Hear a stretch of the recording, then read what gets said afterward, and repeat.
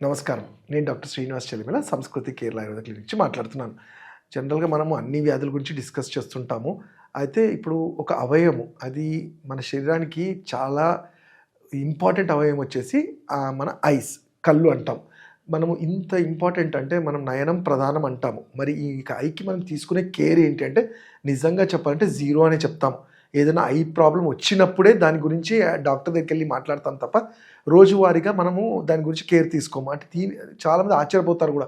ఐకి కూడా కేర్ తీసుకోవాలా డాక్టర్ గారు అంటారు. ఎందుకంటే మన స్కిన్‌కి రోజు స్నానం చేస్తాము, క్లీన్ చేసుకుంటాము. హెయిర్‌కి దూకుంటాము, ఆయిల్ పెట్టుకుంటాము. ఆర్ చాలామంది నస్యం లాంటిది అంటే ప్రాణాయామం ఇలాంటివి చేసి అన్నిటికీ పనిచేస్తుంది. నాసల్ క్లీన్ చేస్తాం. అంటే ప్రతి ఒక్క ఆర్గాన్‌కి మనం ఎంతో కొంత ఇంపార్టెన్స్ ఇస్తుంటాం.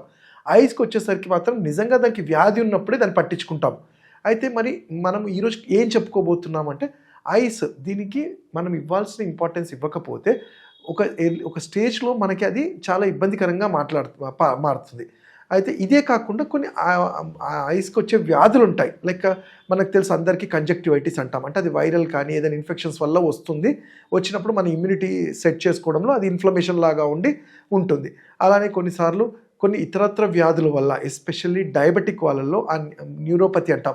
నర్వ్స్ అన్నీ షుగర్ వల్ల నర్వ్స్ అన్నీ దెబ్బతిన్నప్పుడు గ్లైకోమాగా కూడా చూస్తాము. అంటే అది ఇర్రివర్సబుల్ ఐసైట్ డ్యామేజ్ అవుతాయి. ఇవి కాకుండా మన ఐని చూసుకుంటే దాని స్ట్రక్చర్ చూసుకుంటే అందరికి తెలుసు. ఐరిస్ ఉంటుంది, మనకి కనుపాప అంటాము, లోపల రాడ్స్ కాన్స్ ఉంటాయి. అలా అంటే ఇవేంటి ఐసైట్ని మనకి ఉన్నట్టు మన బాడీకి మన బ్రెయిన్కి సిగ్నల్స్ ఇచ్చి దాన్ని అర్థం చేసుకోవడంలో హెల్ప్ అవుతుంది.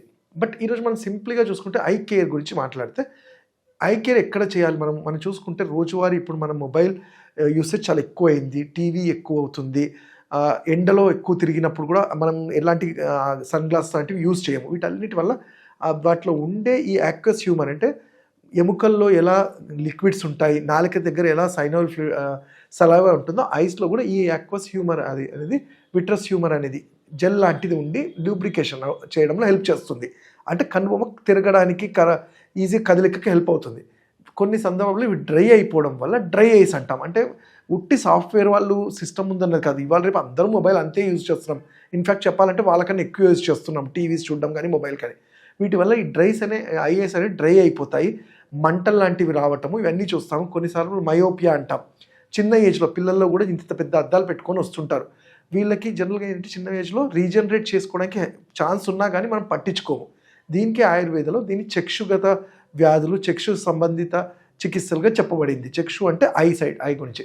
నేను సింపుల్గా చెప్పేది ఈ డ్రై ఐస్ గురించి మనం చేయాల్సింది ఏం లేదు. మా ఆయుర్వేద చికిత్సలైన నేత్ర తర్పణం అండ్ ప్రతి సాఫ్ట్వేర్ వాళ్ళకి ఎవరైతే మొబైల్స్ యూజ్ చేస్తారో వాళ్ళందరికీ నేను అడ్వైస్ చేసేది అంటే ఇర్రెస్పెక్టివ్ ప్రాబ్లం ఉన్నా లేకపోయినా సంవత్సరానికో 6 నెలలకు ఒకసారి మనం దీని కేర్ తీసుకుంటే తర్వాత ఎటువంటి ఇబ్బందులు రాకుండా ఉంటుంది. అదే నేత్ర తర్పణం అంటాం. ఈ నేత్ర తర్పణం అనేది ఏంటి? మేము కొన్ని స్పెసిఫైడ్ తైలాలని ఘృతాలు నెయ్యిని అంటే సపోజ్ త్రిఫలాఘృతం అని కానీ జీవంత్యాది ఘృతం అని కానీ వీటిని మందులతో కలిపి ఆ ఘృతాన్ని చాలా కేర్ఫుల్గా స్టెరిలైజ్గా చేసి ఐలో అంటే ఇది వినడానికి చాలా భయంగా అనిపించచ్చు.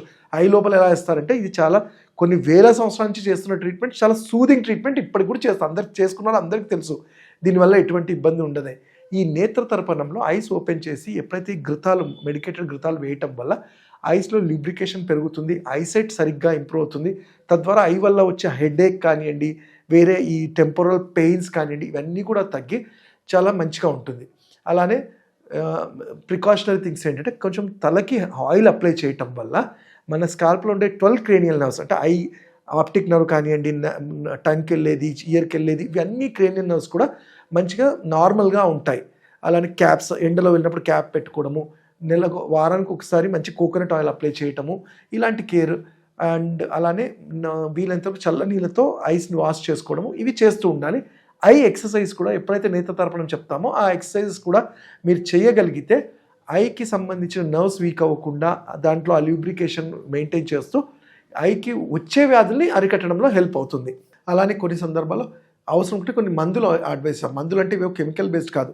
నేను చెప్పాను కదా ఇప్పుడు మనిషికి చావన్ప్రాష ఎలా బాడీకి హెల్ప్ చేస్తుందో ఐస్కి అలాంటివి చాలా మందులు ఉంటాయి. మనం ఎస్పెషల్లీ మేము యూజ్ చేసే సప్తామృత లోహాని కానివ్వండి, కొన్ని ఇలాంటి చాలా పత్యక్షరతరేది కషాయం అవసరం అనుకున్నప్పుడు తప్పకుండా సజెస్ట్ చేస్తాం. ఇంకా వీటి గురించి తెలుసుకోవాలంటే మీరు నా క్లినిక్స్లో వచ్చి కలవచ్చు. నా నంబర్ 7658909501.